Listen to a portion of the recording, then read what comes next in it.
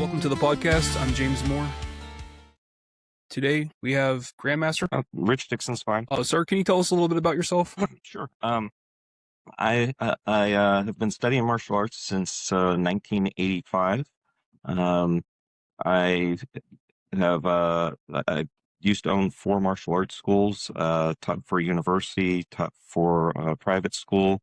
Used to teach seminars all over the country. I'm currently the president of the National Karate Jujitsu Federation.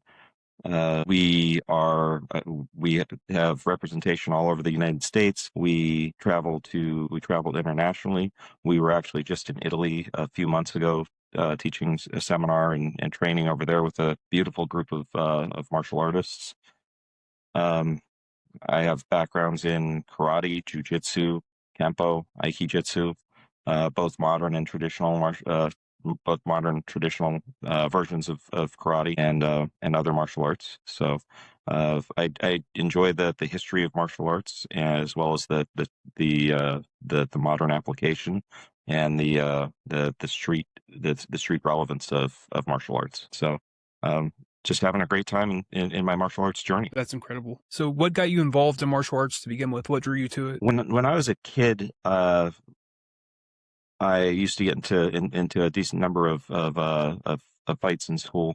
I have a twin sister who, she was quite a tomboy, and one of the things that kind of prompted and started some of the fights there was trying to stick up for each other and so on and so forth. My father was of the generation that nobody wants to fight a fighter, so his answer for me getting into fights when the teachers would say, "Well, boys will be boys."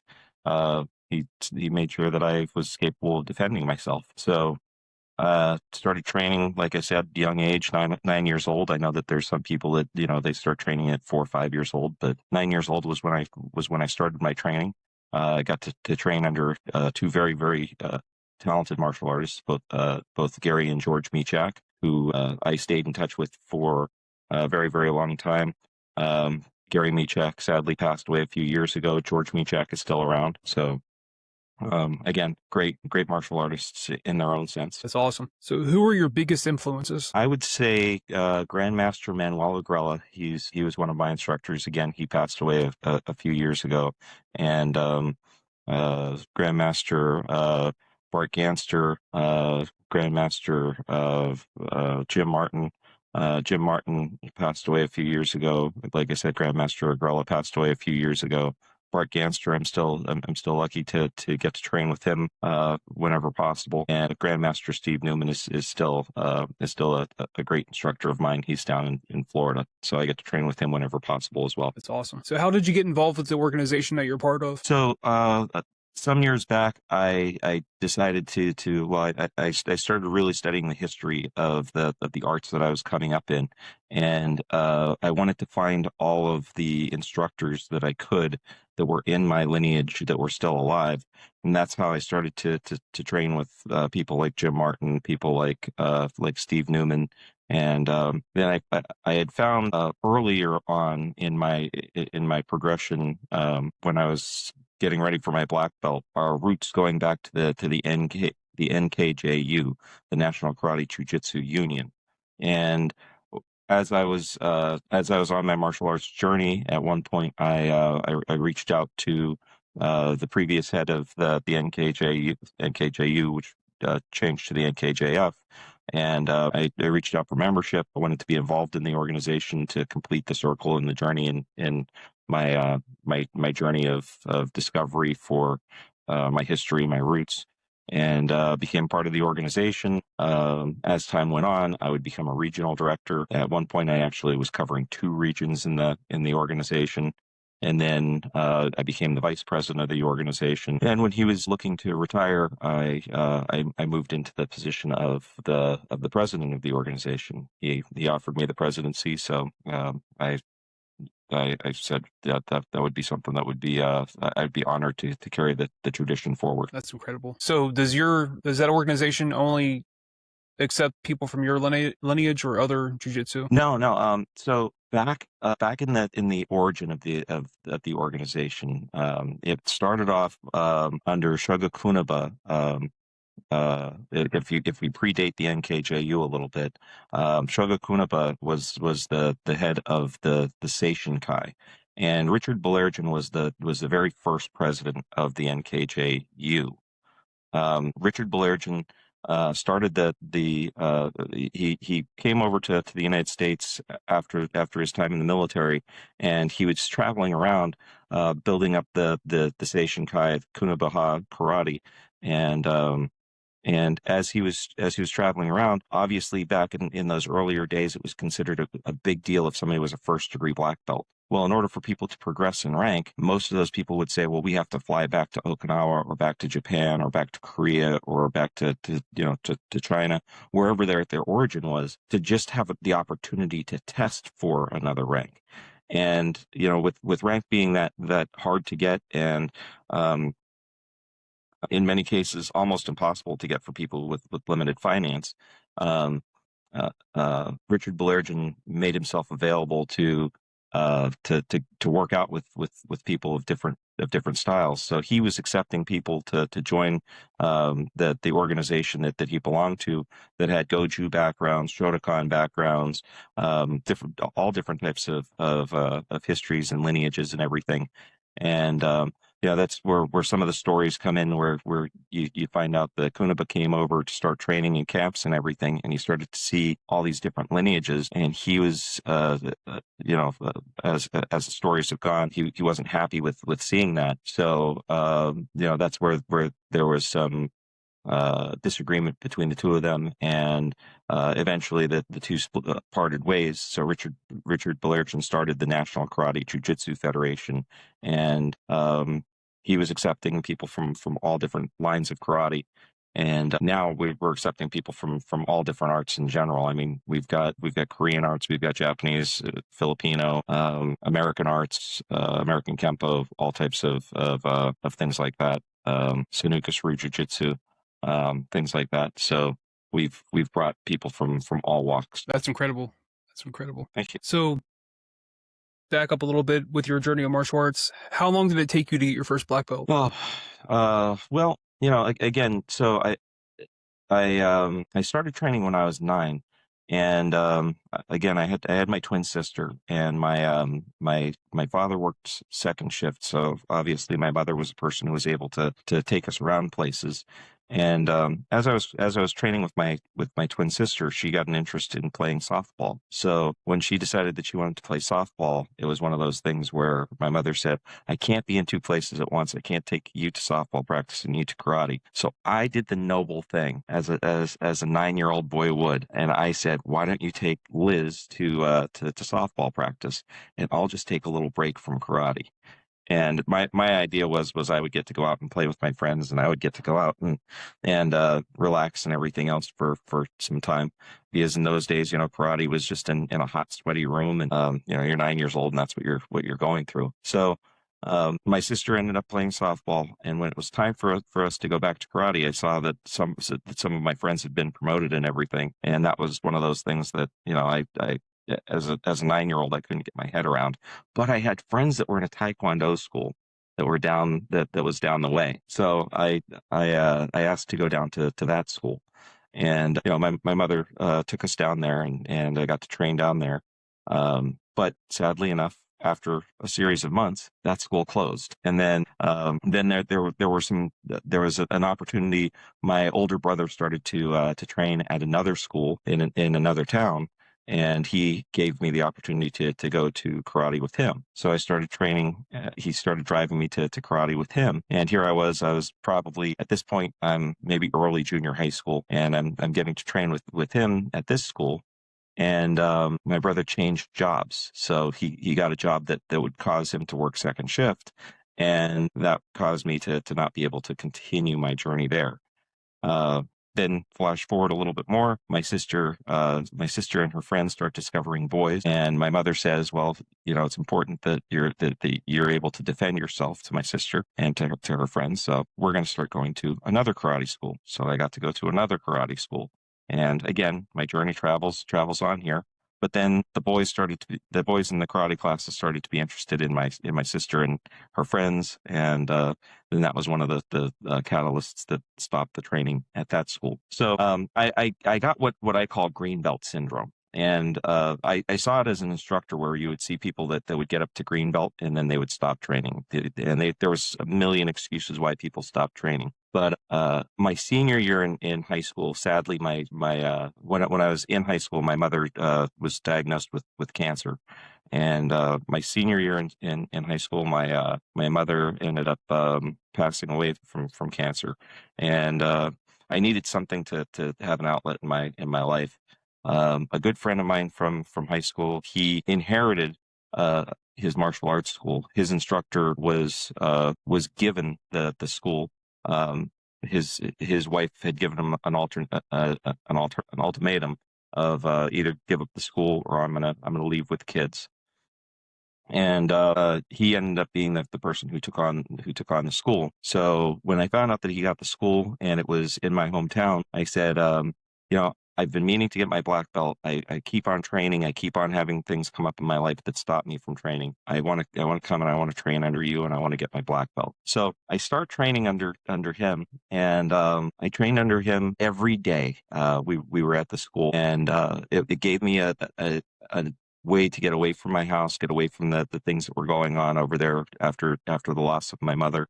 And I trained every day. And then I found out that well, he comes to me and he says to me, Rich, I just want you to know I can't promote you to black belt. And at the time I couldn't understand it. So I said to him, well, what do you mean by you can't promote me to black belt? He said, well, we're first degree black belts, and first degree black belts can't promote somebody to black belt. And again, it's been years that I've been involved in martial arts, but I never got into the way that the rank structuring works. So I said to him, well, who gave you guys your black belt? And they said, well, Sensei Yurkin gave us our black belt. And I said, well, there you go. And they said, well, he still comes around every once in a while, which he did. He came around, but he never wore stripes on his belt or anything. He just came in, worked out, and went home. And I said, well, there you go. That's the answer.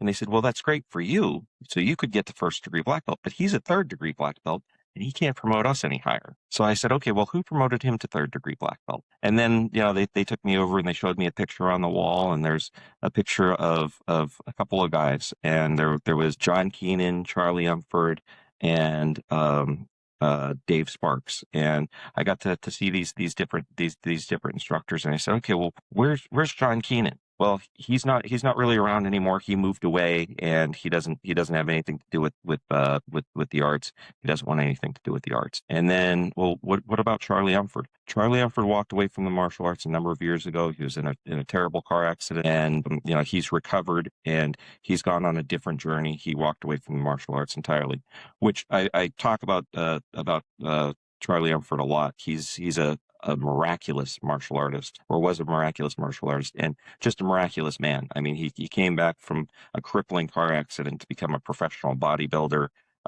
He's now studying Tai Chi. Just a phenomenal martial artist, just a phenomenal individual. He ended up becoming a multimillionaire, just like completely recast his life and did amazing things. But that's down a totally different direction. But then we found this other individual, and I said, well, where's this guy at? And they were like, he's kind of mean. I don't know if you want to train with him. I said, I want to train with anybody who's going to be able to get me to that black belt. I've been waiting for all these years to get up there. So I finally hunted this guy down, and I found him at another school, teaching a Sunday morning class. And I went in, I introduced myself. I was very, very respectful, very, this is who I am. This is where I came from. And he goes, oh yeah, I know these guys. I know all these guys. This is great. So what is it that you need for me? I said, well, I want to get my black belt, and I want to get my black belt. I'm down here training in karate and jujitsu with these guys. And he goes, well, I don't really teach karate anymore. And I said, well, what are you doing over here? He goes, well, now I teach Aikijitsu. So I said, I don't know what that is. And he said, well, why don't you and your teachers come up here and I'll start teaching you guys Aikijitsu. And after class, I can look at your katas, and after class, I can help you guys out. And, if that's what you want. So the three of us, every Sunday, we would drive up and we would train in Aikijitsu.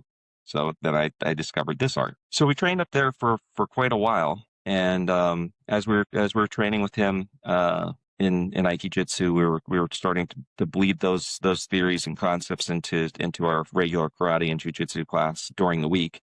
And one day he said to us, you guys should really go to visit one of my black belts a couple of towns over, because he's got your body type. He's got the same body type as you guys. He's got the same body dynamics as you guys. You would really benefit from that. And at this point, this instructor is getting older. So his black belt was still, about within 10 years of our age or something like that. So once again, we got in our car and we drove up to see this instructor, and we went in and we said, hey, our instructor sent us up here to talk to you about learning some more Aikijitsu, about you helping us with our body movements and everything. And after our introductions and everything, he said, well, I don't really do Aikijitsu so much anymore. I'm focusing more on American Kempo. And again, I said to him, what is American Kempo? So he said, well, hang out and let us show you. So we started to see him do Kempo, and we were just amazed by the ballistic hand speed, the movements and everything else. And he said, if you'd like to come train with this for a while, then after class, I'll work on Aikijitsu with you. So it was one of those things that again, we got to work out. We got to learn Kempo concepts, and then we would work out in Aikijitsu, and then so all of these arts just kind of started to ignite flames in me to start to learn other arts. And I started to look at the Kempo, and I started to try and learn all of the techniques of Kempo. And then I got more of an education on the Aikijitsu, and started to learn more about the Aikijitsu. And obviously all this while I was doing my karate. So a reasonable answer to your question. How long did it take me to get my black belt? I started training in 1985, but I didn't get my black belt until 2000, and that was in karate and jujitsu. But the school that I got my black belts in karate and jujitsu was about 4 years. Then about a year later, I got my black belt in Aikijitsu, and probably about a year after that, I got a black belt in American Kempo. That's incredible, man. So after you get your black belt, did you open up a school? Did you do competition? What'd you do? I started competing early on in my career. I mean, as a kid, I went to competitions and everything, but again, I take a step back and I really look at my martial arts education. And when I have conversations with martial artists all over the world, and people say, well, I started training at 5 years old or 4 years old or whatever else, there's a tipping point, I think, in your martial arts career. As a kid, it was something that I did. It was just something to do. It was, I got to go, and I got to put on the gi, and I got to go out, and I got to train and everything. And, yeah, sure, I had some cool instructors. I had some great instructors and everything else. But when I started training at about 18 years old, again, after my mother had passed away, it became entirely consuming and immersive. And it was one of those things where I read every book that I could get. I completely immersed myself in the school. I was lucky enough. Again, I grew up at a time when I actually bridged the gap of where, the old days when it was you go over there and you do what the instructor says. If they say throw 100, if they say throw kicks, you throw kicks until they tell you to stop. Don't ask any questions. Do this kata. Don't ask any questions. You'll figure it out at some point. To the point where I had an instructor that I grew up with, and we were friends, and I would ask him questions, and if he didn't know, he would just say, I don't know, but let's go ask this person, or I don't know, let's go ask that person. So I was very lucky with that respect. But when I was going to the school that I got my black belt in, it was a small school. So there was, I believe, 1 brown belt, 3 first-degree black belts, maybe a 4th first-degree black belt that would come in every once in a while. There were 3 green belts, 1 blue belt, and me. And as I was traveling up through the ranks, I would say, how do I compare to the other white belts that are out there? Or how do I compare to the other yellow belts that are out there? And my instructors weren't big into going to tournaments, but there would always be all these invitations to tournaments that would come in, and I would say, well, can I go? And my instructor would say, I don't care if you go or if you don't go, as long as you're in class. So I ended up starting to go to tournaments just to see like what the other white belts look like, what the other yellow belts look like, what the other blue belts look like. And it wasn't so much about winning a trophy. It was more about, how do I line up compared to, am I doing justice to the belt that I'm wearing? Am I doing service to the instruction that I'm getting? And I would always do, I would compete in forms and weapons and self defense and breaking and every event that I could do, because back then it might cost $30 for a tournament, $40 for a tournament, but $5 for each additional event. Yeah. So I would say, well, I'm going to be there all day. I might as well do everything. So I again, as time would go on, I really prided myself on doing well in all the different events. Awesome. So, how has martial arts affected you on the outside the dojo? I think that I became very, very focused. On the upside, there, I think that one of the things that I learned, and that I found most of the people that I trained with developed the same sense of, I can always do anything one more time. So when it came to working, or when it came to doing to doing any job, it was, I can last another 15 minutes, and it's hot outside, we're working outside in the field or something like that, or I'm a welder by trade, so I could always lay down another bead. I could always do a little bit more. I could always push a little bit harder. I could always go a little bit longer. And that was one of those things that I got. And then as I was developing that trade, it was, you take the idea of throwing 1,000 front kicks or 1,000 straight punches, or 1,000 rising blocks, and you put the same thing into laying down a weld bead. You know that you get better for every single one that you do. So when it came to training for that, it was just put one more down, one more down, one more down, and that was one of those things that I think carried over. Absolutely. But your earlier question, did I open up a school right after I got my black belt? My instructor, actually, that I grew up with, he was looking at getting into semi-pro football, and he was looking at doing some other things. He played soccer. He wanted to do semi-pro football. He was into bodybuilding, and he said, you've been more into this than anything else, and I want to go pursue other things. So if you want to take over the school, please go ahead. And I took over the school with one of the other people who was a first degree black belt while I was coming up. So at this point, he was a second degree and I was a first degree. He was still very young. I think he had just turned 18 when we so he was the youngest black belt at the time in the history of the school. He got his black belt when he was 16. But when we ended up taking over the school together, he was 18 years old. I was, I think, 21 years old. And it was a really small dojo. It was a dungeon dojo. Some of the lights didn't work in the school.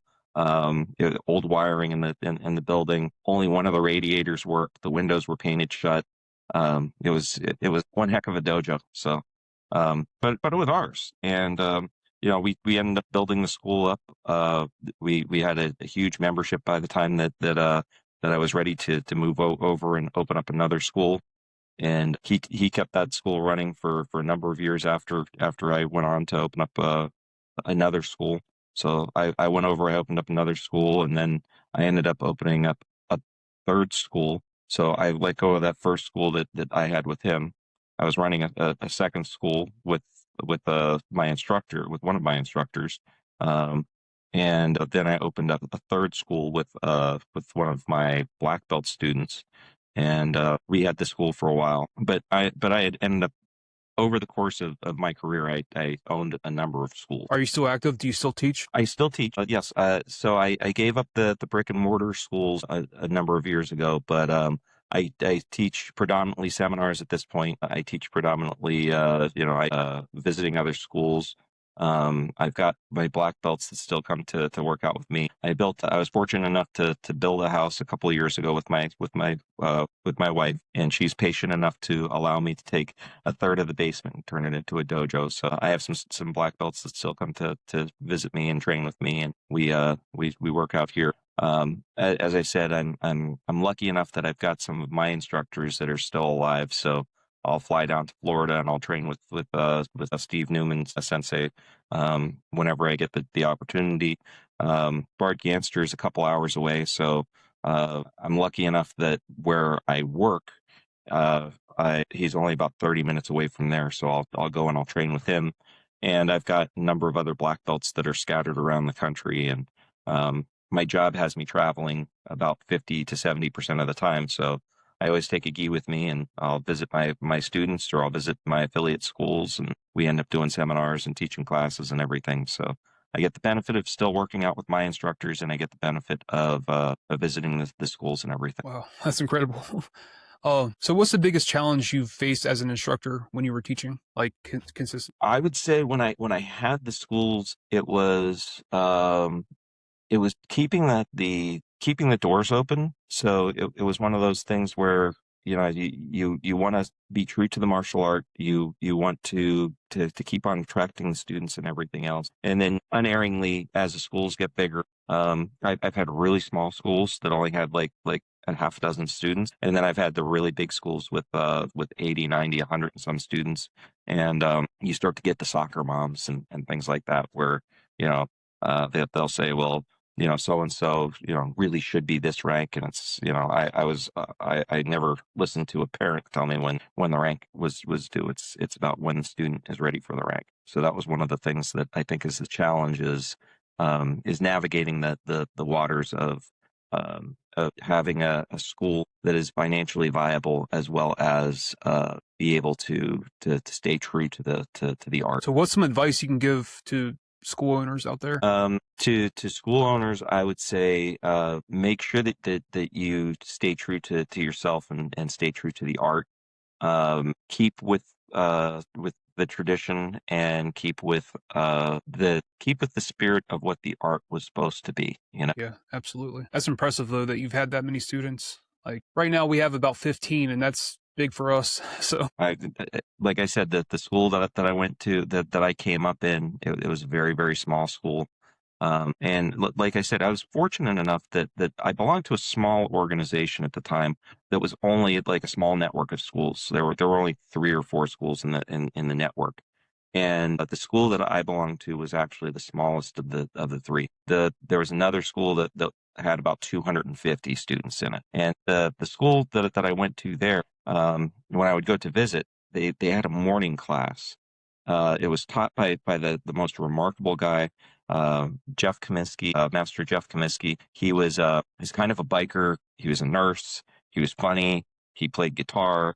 He was like the most amazing guy. He was kind of like his own little Zen monk, but he was a huge guy, powerful martial artist.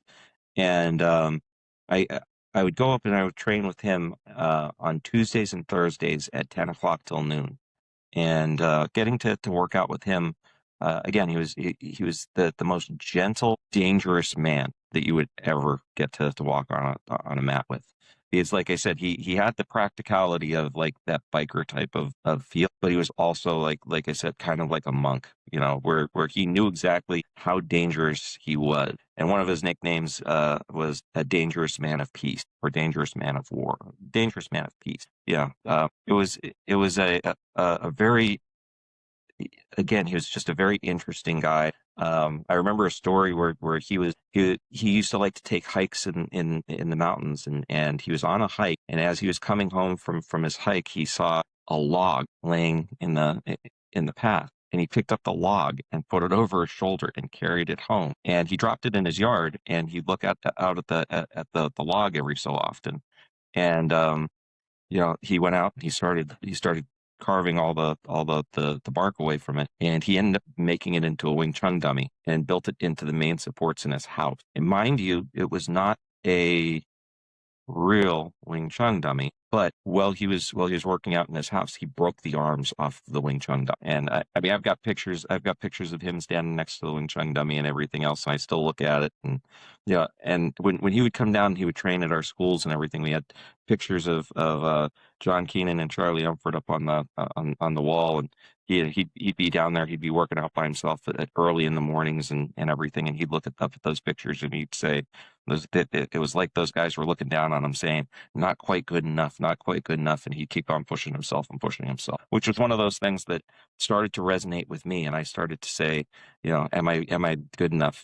How would my instructors think about like the training that I'm doing? Is it good enough? Is it good enough? So again, it kind of pushed me to. So where do you see the future of martial arts going? I think that we're in an interesting time in the martial arts. I think that that after COVID, you saw a lot of schools close down. You saw a lot of bigger schools make major shifts.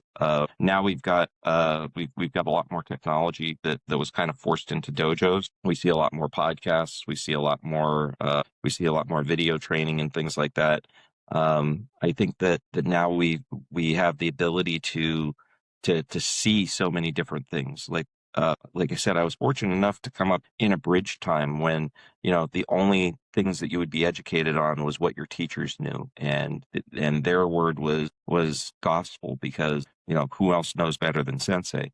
But now you've got a time when you could go on YouTube, you could go on TikTok, you can see all different martial artists doing all different things and everything. And I think that there's a lot of really good tools that are out there. I think there's a lot of really good things that are out there with the martial arts. But I always have a caution to people when they're training in anything, or when they're trying to see anything. YouTube is not a teacher. TikTok is not a teacher. If you don't have a background in something, to naysay it is, I think, a big disservice to the martial arts. So I see people all the time that say, well, for instance, and again, that people feel all different types of ways. But when people say, well, karate doesn't work, well, it wouldn't have existed as long as it existed if it didn't work. Absolutely. And that there's the idea of, well, maybe your karate doesn't work, somebody's karate works. And it's the same thing. You could say the same thing about Tai Chi. I've seen the old man in the park Tai Chi, and then I've seen Tai Chi that is so devastating. And I've seen, Aikido that is, that they're doing it for the beauty of the art. But then I've seen Aikido that is so devastating. So I'm always cautious. I always try and throw the caution to the younger generation, or to maybe the generation that's still getting educated. Don't be so quick to naysay a different art or a different style. Take the time to understand it. And again, YouTube isn't where you get the understanding and that diagnostic. It's going out and actually seeing people that make the art work, or that have the useful side of the art. Absolutely. So how do you feel about the online training stuff? Again, if you have a background in something, so if you were a first degree black belt in Shotokan, and you were trying to learn a new Shotokan form, or you were trying to learn something that would be like second degree black belt level in Shotokan, and you already have a firm understanding of it, then I'm absolutely for it. If you already have a good background. But it's, again, I'm a welder by trade. So if you don't know anything about welding, you really shouldn't try and learn welding online. Yeah, I agree with that. And that's a really great thing. Like, if you're a welder, and if you watch a video of somebody doing welding, sometimes you sit and you go and you cringe and you say, that is absolutely the wrong thing to do. And it's the same thing if you're doing Goju-Ryu, or if you're doing Shotokan, or if you're doing Tai Chi or something like that, you could say, oh my gosh, that is absolutely the wrong way to do that. But sometimes you look at something and you say, that's an interesting interpretation of that. So it might not be my way, but that's an interesting interpretation of that. So again, you've got people who try and learn an entire art that, they just, or they've never had any training, and they try and completely learn on video. You don't know what you don't know. Yeah, I agree with that. And I use that a lot in the dojang. Students, you don't know what you don't know. And I know COVID turned a lot of us into the video side of things. Like with our students, they had to send us videos and stuff because we couldn't train, in person. But it's not a replacement. It's not a substitute, at least in my opinion, unless you have a background like how you were saying. I agree with that 100%. Right. Right. And you know, in all honesty, like I remember as a brown belt, and again, it was early on. So years ago, the internet wasn't such a big thing. You know, I remember buying books that I would have to pay someone to translate the book, things like that. And now we've got, you know, you can take a picture of it and you can put it through a filter that translates it. So it puts tools into play that weren't there before. But I remember early on in my training, when I was a brown belt, my sensei would give everybody a key at brown belt, and that was your ability to go down and work out. Because you know, as a brown belt, oftentimes you've got all lower ranks in class, and you know, you can only teach somebody how to tie their belt so many times, or you can only teach, you know, the first basic katas so many times. You still have to work on your own forms. You still have to work on, you know, the advanced training and everything, so much more. And when I got that key, I would start working out at 4 o'clock in the morning. And uh, I was lucky enough that I had my first student, Mark Makos, came to me, and he was, I believe he was a yellow belt at the time, and he said, senpai, senior student, and I really want, I want to get one of those 6-foot trophies like you got. You know, I want to go to a tournament and win one of those 6-foot trophies. And I said to him, well, you know, I'm really just about working out by myself. I don't want to train anybody. So that was kind of the tipping point for me actually to becoming a teacher. Is I told him that I didn't want to work out with anyone, and he said to me, "Well, you know, come on, please, can you help me?" And I said to him, "Well, if Sensei says it's okay." And again, you know, he went over to Sensei, and he said to him, "You know, is it okay if I work with Senpai Rich on some stuff to go to a tournament?" And once again, you know, true to form, Sensei looked at him and said, I don't care what you do as long as you don't miss class. So the deal was he could come and work out with me, but we had to be in class every day. And he started to come, he came over to me and he said that you know, that this is what Sensei said. And I was like, okay, well, meet me at the dojo at 4 o'clock in the morning and we'll work out. And we started working out at 4 o'clock in the morning every single day. Monday, Tuesday, Wednesday, Thursday, Friday, Saturday, 4 o'clock in the morning until 9 o'clock in the morning. And then at 9 o'clock in the morning, we would leave the dojo and we would go to, on Tuesdays and Thursdays, we'd go to that other school and work out from 10 o'clock till noon. On Mondays and Wednesdays, there was a black belt friend of mine. His name was Gary Grant. And he was running a basic beginning martial arts 1 and martial arts 2 class at a community college. So we would go there and we would work out with those guys on Mondays and Wednesdays. And then on Saturdays, there would be a makeup class either at our dojo or we would go visit a dojo that would have sparring or that would have whatever else going on. So we'd visit those schools on Saturdays. And then on Sundays, which is our day off, we would work out just from 10 o'clock till noon with the Aikijitsu class. And then every once in a while, I think it was on a Thursday night, there was a group of brown and black belts that would be working out at that main school that I was telling you about before with the 250 students. And it would be like their brown belts and their black belts that would stick around after class and would spar. So we would hurry it up and we would get in our car after the class let out in the town that we were in, and we would speed up to that other dojo to get there in time to do sparring, and we would work out until everybody was ready to go home. So that was kind of my training regiment for a few years. That's incredible. Like, that's almost like at a professional athlete level. Yeah. It was. There were some of the best days of my life. I mean, the martial artists that I got to work with, the level that we got to train at, and as you said, like, you know, most people in the martial arts only work out 2 or 3 days a week. When you're working out, and the 2 or 3 days a week is usually for what, an hour, 45 minutes, Yeah. maybe 2 hours. When you were working out, you know, again, when we were working out, we had to be there to help out with the kids class. So in the kids class, okay, you stood in the front of the class, you got in your horse stance and you did rising block, straight punch, you know, downward block, front kick, all through the class. It was a lot of basics and everything else for the kids. And in those days, it wasn't, my instructors weren't about the kids having a good time. They were about the kids being functional.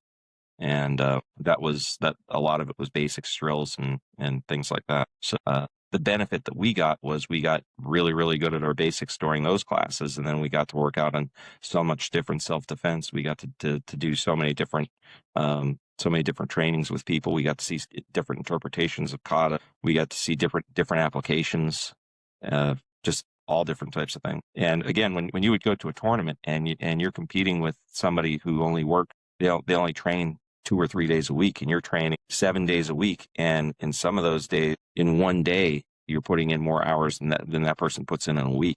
It showed when you went out in competition. I'm sure. So you said you traveled a lot with martial arts. Like? Tell me how that's been, man. That sounds incredible. Oh, I'll tell you something. It's really, really amazing. I've gotten to meet some really great martial artists. I've got to do some great training with people. Zahalia Anderson out in California. She's a Sanukas practitioner. She's a phenomenal martial artist. She's just absolutely deadly with her skill. I've gotten to train with plenty of great martial artists over here. Pennsylvania, we've got Mike Sheffield Sensei. I was actually just at his tournament yesterday. I was at his tournament, and he just does a great job. Probably one of the best Ishinru practitioners that I've gotten to be on the floor with, and maybe even best overall karate practitioners I've gotten to be on the floor with in decades.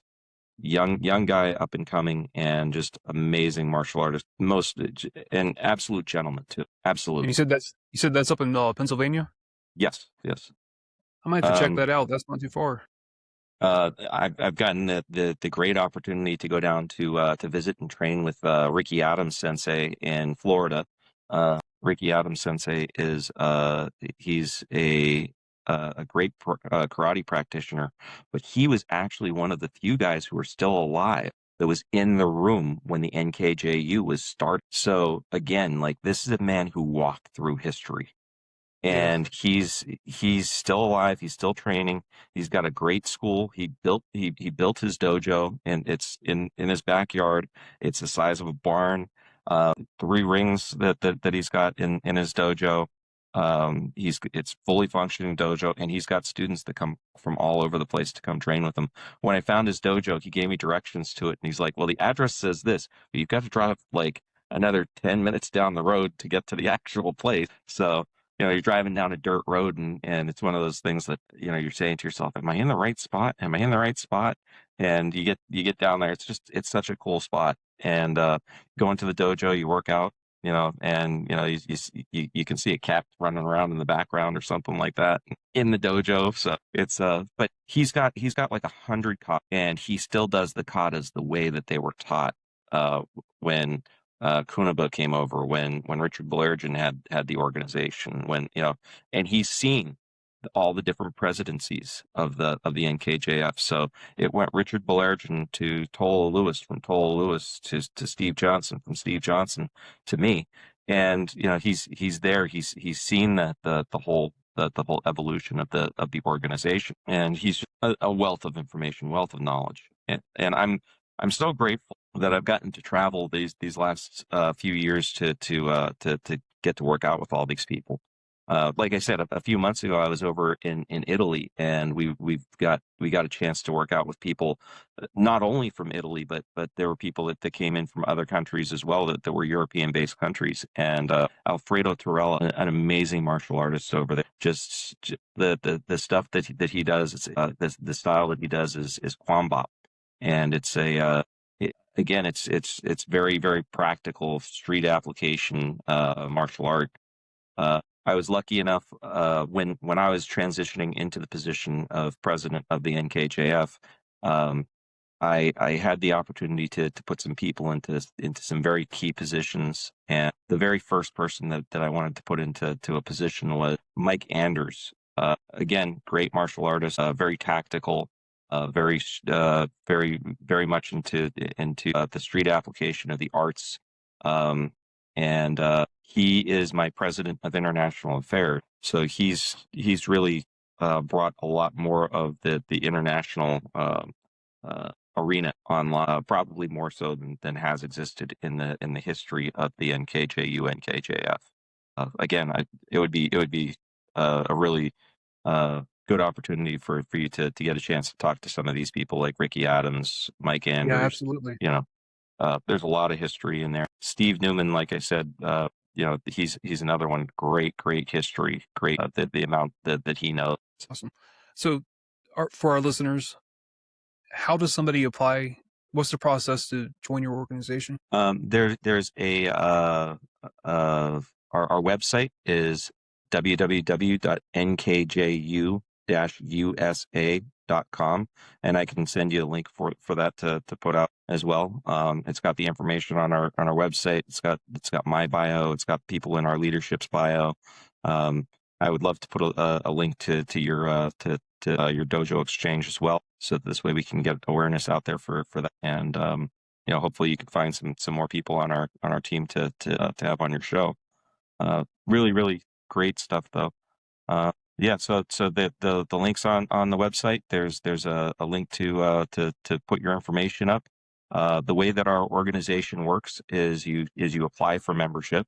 It gets reviewed, and for the first year we do not give any rank. So that's something that again, early on in my transition, there's a lot of people who join organizations, and all that they want is they want another stripe on their belt, or they want something, they just want that piece of paper to hang on the wall to say, look, I got ranked from these guys, and that's it. Our organization in this chapter is about us doing things. It's about coming out and doing events, doing seminars, doing camps, doing tournaments, doing all this stuff. And earlier on, I got some flack from some of the members from the previous regime that I'm moving into a more sport oriented organization. It's not sport oriented.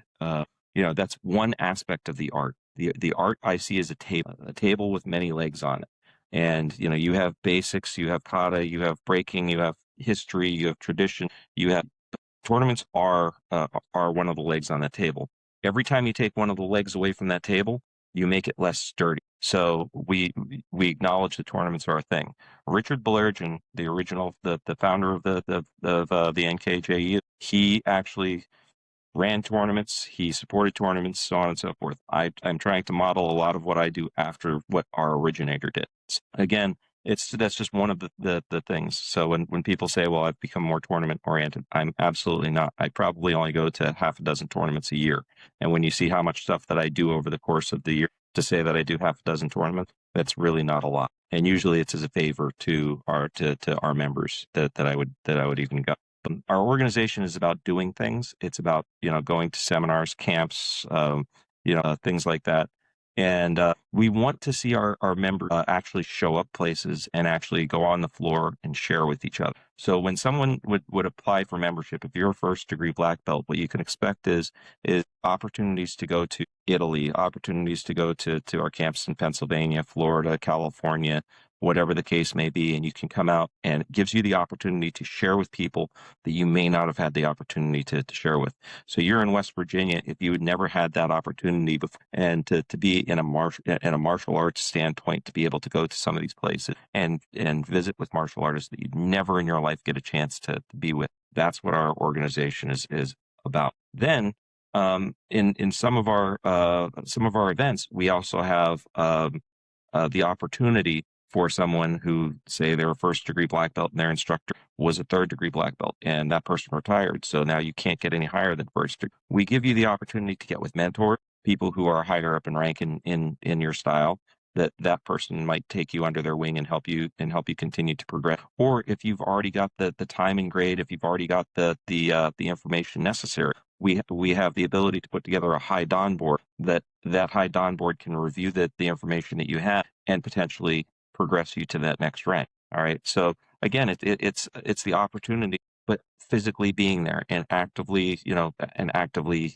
being in front of people. And that's one of the things that separates the legitimacy of organizations. So many organizations out there, you write a check for your, $40, $200, whatever the case may be, is they send you a piece of paper. You've never met the people. You don't see the people. You don't talk to the people. They don't offer anything, and that's not what our organization is about. When you get up to the level of 7th, 8th, ninth, and 10th degree black belt, in order to progress beyond that, or to the 7th, 8th, ninth, and 10th degree black belt, you have to get reviewed by our senior executive committee, which I am not even a part of. That's all of our 9th and 10th degree black belts. A group of our 9th and 10th degree black belts are put together for the senior executive committee, and your body of work, your body of knowledge, and what you do in the organization is reviewed by them, and they only meet 4 times a year. So they review the person, and they'll see, like, well, this is all the stuff the person's done. This is what the person's got going on. This is the school that they run. This is their activity within the organization. This is what they do outside of the organization. And then if the time and grade is warranted, the skill is warranted, the knowledge is warranted, then you get progressed up into those ranks. But again, it's one of those things that it brings integrity back to the martial arts. So, there's plenty of people who are out there who are, black belts, and then there's black belts. So if you ever notice when I'm online and I'm writing anything, I do a little just a little something there where I'll actually spell out black belt, capital B black, capital B belt, or I'll do lowercase b black belt. So there's a difference between a black belt and a black belt. Yeah, My black 100%. belt test was 3 days long, and I had a dais of 7 instructors who sat on my black belt tests on the 3rd day, and they tore everything apart, they ripped everything down, and it was it was very, very it was painstaking. And then there are people who, well, I have my time in, so I should get my belt, or hey, I wrote a check for $50, so I should get my belt. Again, I see that they see black belts out there that, this is a person who is actively running a school. This is a person who's actively training. This is a person who's sacrificed. When I ran my school, the sacrifices that I made, my family made, everything else that went on, the training that I did, there is a difference between, well, why is this 3rd degree black belt so much different than that 3rd degree black belt? Because that 3rd degree black belt lives in his school, and that 3rd degree black belt wrote a check. Yeah, So, absolutely. And I don't begrudge people for charging for ranks or anything like that either. It's fine to charge for ranks. It's fine but make sure that it's being earned. Yeah. The rank needs to be earned. The rank needs to be warranted. And I see too many people that they have the rank, but they don't. Well, I'm a 10th degree black belt. Okay, well, where's your school? I don't have a school. Well, I'm a 10th degree black belt. Okay, well, where's your students? I don't have any students. Well, I made up my own system. There's a difference between a system, a style, and a method. Okay. So a system is a codified way of getting from here to there. It is made up of syllabi to go from rank to rank to rank to rank. It's spelled out. So somebody could see, this is what it takes to be a green belt. This is what it takes to be a brown belt. This is what it takes to be a 1st degree, 2nd degree, 3rd degree black belt, so on and so forth. That's a system. And to say that you have a system, anybody can write a system, but can you show me your green belt that trained under you with your system of doing something? And that's the green belt. Okay, that's your green belt level. That's your brown belt level. And it goes all the way on up. That's to have a system. A style is broken down to, this is Wing Chun, this is Shotokan, this is Shito-ryu, this is Isshin-ryu. Those are style. A method this is Joe's method of teaching Isshin-ryu. This is Rich's method of teaching Isshin-ryu. This is Bart's way of teaching Isshin-ryu. And everybody's got their method of transmitting that information. Method, system, style. And I'm a big advocate of that. And let me see that in what it is that you do. When I see people that say, well, I'm a 10th degree black belt because I wrote my own system, or because I made up my own system, you wrote some things on a piece of paper. Yeah. I've had to filter out several messages from that so far. Right. Yeah. But yeah, I definitely agree. I love that you broke that down. All right. You have a lot of time and a lot of wisdom. I do want to ask you one more question. If you could leave one lesson for the next generation of martial artists, what would it be? You never know enough. When I was a 1st degree black belt, I remember looking at an instructor, the guy who was a 3rd degree black belt, and I said, I really think I know it all. And I was honest. I believed it. I trained all the time. I believe I know it all. Then when I was a 2nd degree black belt, I looked at him and I said, boy, did I have my head up my butt. I used a different word. And I said, but now I know it all. And all he did was smile and laugh. So I have to say, I've had some really, really good, really instructors that were really great with the whole thing. When I was a second degree black belt, I said, man, I had my head up my butt when I was a first degree black belt. Now I know it all. I know. Then I hit third degree black belt. And this is, again, it's taking years to get to this point. And I hit third degree black belt. And I remember I sat down with him and I know enough to know I don't know enough. And it took me a lot longer to get there than it took other people to get there. But I say to myself, I know enough to know that I don't know enough, and you walk into a room with people and there are people who portray themselves as, the know-it-all with martial arts, I saw an MMA guy and on one of the social medias, and he does a great job at MMA, and he talks about, he has street fighters that come in and he's constantly knocking the street fighters down. But and I think he does a great job at what it is that he does. But then he starts talking about arts that don't work. And again, they wouldn't have existed as long as they did if they didn't work. So when somebody says, Aikido doesn't work or karate doesn't work, or you didn't run into the guy that makes it, you didn't run into the guy that trains, 50 hours a week. That guy, it's not the art. There's not an art that is, this art over here is the perfect art. You have to have a great instructor, an instructor who is truly committed and truly driven to give you the knowledge that you need and capable of giving you the knowledge. You have to be dedicated and committed. You have to be driven, dedicated, and committed to getting that knowledge. And that's where the lesson I would give it. You never know enough, and make sure that you explore those arts deep. Absolutely. Mr. Dixon, it's been an honor having you on. Thank you so much. And personally, I'm going to look into your organization and possibly sign up, and hopefully our listeners look into it and check you guys out. It seems really amazing. Thank you very much, and I hope that your listeners got something out of this. I hope that you enjoyed it, and if there's ever anything that we can do for you, please let us. Same here, sir. Thank you.